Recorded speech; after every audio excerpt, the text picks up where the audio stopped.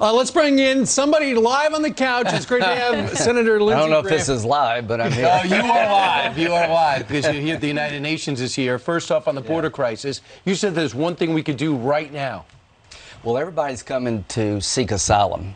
If you said you can't apply for asylum in the United States, we no longer accept asylum claims inside the country, they'd all stop coming. Trump did that, and it went to a 45-year low. First country you're in. Yeah. Okay, if you're from the Triangle countries, you have to apply there. Yep. If you come from some other place, we send you back to Mexico. You sit in Mexico, you make your application.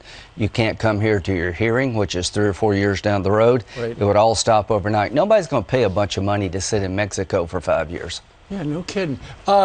We were chatting in the green room briefly, and you were kind of recounting everything that's gone haywire. I want you to look at a tweet from an Associated Press reporter at the White House by the name of Jonathan Lemire. He tweeted out yesterday, the Pentagon admitted its errant drone strike. COVID boosters did not get full approval. France recalled the ambassador. The punishing headlines, all within an hour on Friday, underscored the perils for a president from uncontrollable events that can define a term.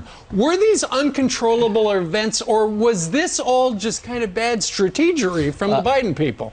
He chose poorly at every turn. If he had done nothing on the border, would be okay. He changed the remaining Mexico policy. He did away with the asylum agreements with the Triangle countries. Guess what? We're overrun, like the Border Patrol told the transition team of Biden in December and January.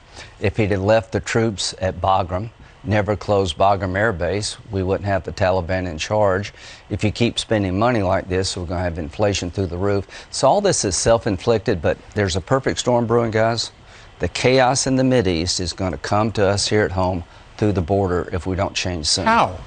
Just how easy would it be for a terrorist group to hire some cartel to take them into the United States through the southern border, get in the middle of this humanity?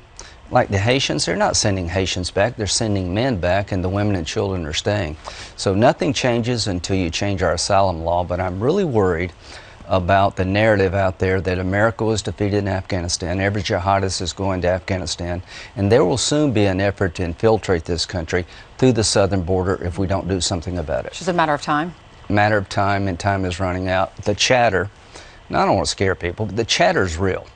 I mean, they're winning. Are you talking about stuff you hear because you're on secret committees? It's not so much. We hear things that the average person doesn't, but the chatter out there is really real. Al-Qaeda and the Taliban are one and the same. There'll be an effort to normalize relationships with the Taliban. That will be a disaster. Any money you pay them doesn't go to the people of Afghanistan, it goes to them. And they will give safe haven to Al-Qaeda because they believe the same. They have a common purpose. What's your reaction to the fact that we still have individuals there? We have not only our allies, but we do have Americans there. They're saying maybe 100. I've heard 100, 200. Who knows? Exactly. Well, my reaction is this was self-inflicted, that if you had left the military in country and got all the civilians out first like a normal person, you wouldn't have this problem. Who in the world takes all the military out, then hope you can get the civilians out later?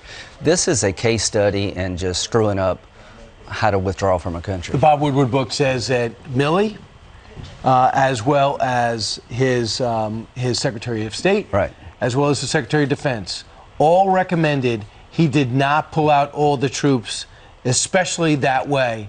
He said, I appreciate it, I listened, but I'm doing it my way. Well, President Is that true from your sources? No. So this is really important. Everybody in his circle said, leave a residual force. Leave the 2,500. Keep Bagram. It's an insurance policy against another 9/11. It was Joe Biden and Joe Biden alone who decided to pull all the troops out. Trump told me last couple of nights ago he'd have kept Bagram. If you'd have kept Bagram and the CIA post down along the border, the Taliban could never take over and Al-Qaeda wouldn't come storming back like they are today. So this is General Biden knowing more than all the generals combined. He was told by everybody, leave a residual force. It was his decision to pull the plug, just like it was in Iraq with him and Obama. Right. Some more bad news from the White House. I believe it was Sunday night when the parliamentarian for your group, the Senate, said, you know what, the Democrats, God bless their hearts, trying to do this, but you cannot insert migration control or immigration into DACA. the reconciliation thing. Just can't do it. Because it's got to be budget. The way the rules are set up. So now the Democrats are going to Plan B. What's that going to look like? Nobody's more happy about this ruling than the Democrats. If you actually put DACA legalization in a reconciliation package where you only need 50 Democratic votes, they would own legalizing probably 1 million people. Can you imagine the run on the border if word got out tomorrow? Hey, they just gave 1 million people legal status. Hurry on down. Right. I believe it would be 8 to 10 million. They were talking about legalizing illegal If immigrants. you legalize one person before you secure the border and reform a broken immigration system, the run on the border will be worse than it is today. The 3.5, is it dead? It depends on Cradle to cinema grave social programs from preschool to college. I think part of it is. I think at most they'll do $1 trillion, $1.5 trillion. The 3.5 being package is written is dead. It's an inflation bomb. I talked to Manchin a couple of nights ago.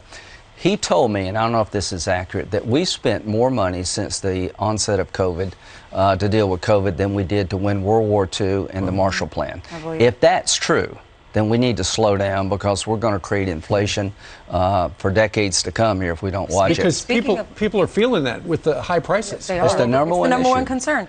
What do you know about how are we getting our people back from Afghanistan? Are we negotiating with the Taliban? This is the ultimate question. We need to have a hearing about what relationship we have with Afghanistan. Okay, how do you get on the plane? 28 Americans got on a plane from Afghanistan to Qatar. Thank you to the Qataris. What system is in play to get you on that plane? Why do you get on and somebody else doesn't?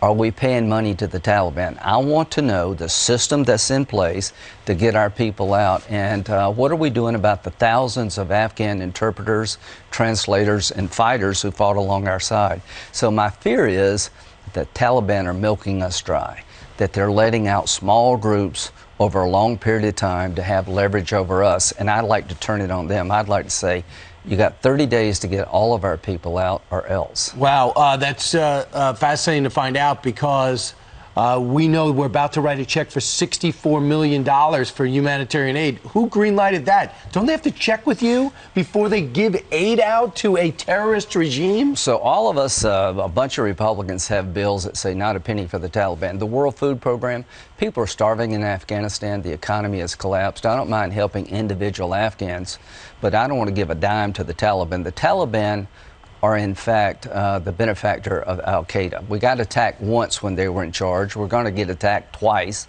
if we don't, the second time if we don't watch it. And ISIS is coming after them. 15% approval rating by the Taliban. How do they run this country? They won't. So if we prop them up, it'll be the biggest mistake since the withdrawal. The last thing you want to do is provide aid and comfort, American taxpayer dollars, to keep a terrorist group in charge of Afghanistan who paved the way for the first 9/11. And that's what Biden's about to do. They're about to create a relationship between the United States and the Western world where we prop up the Taliban, and we will live to regret that. All right. Senator Lindsey Graham, great to have somebody Good morning. on the couch. Well, these are the issues. Is this crisis There's a lot control going on. There's something better. I just don't know what it is.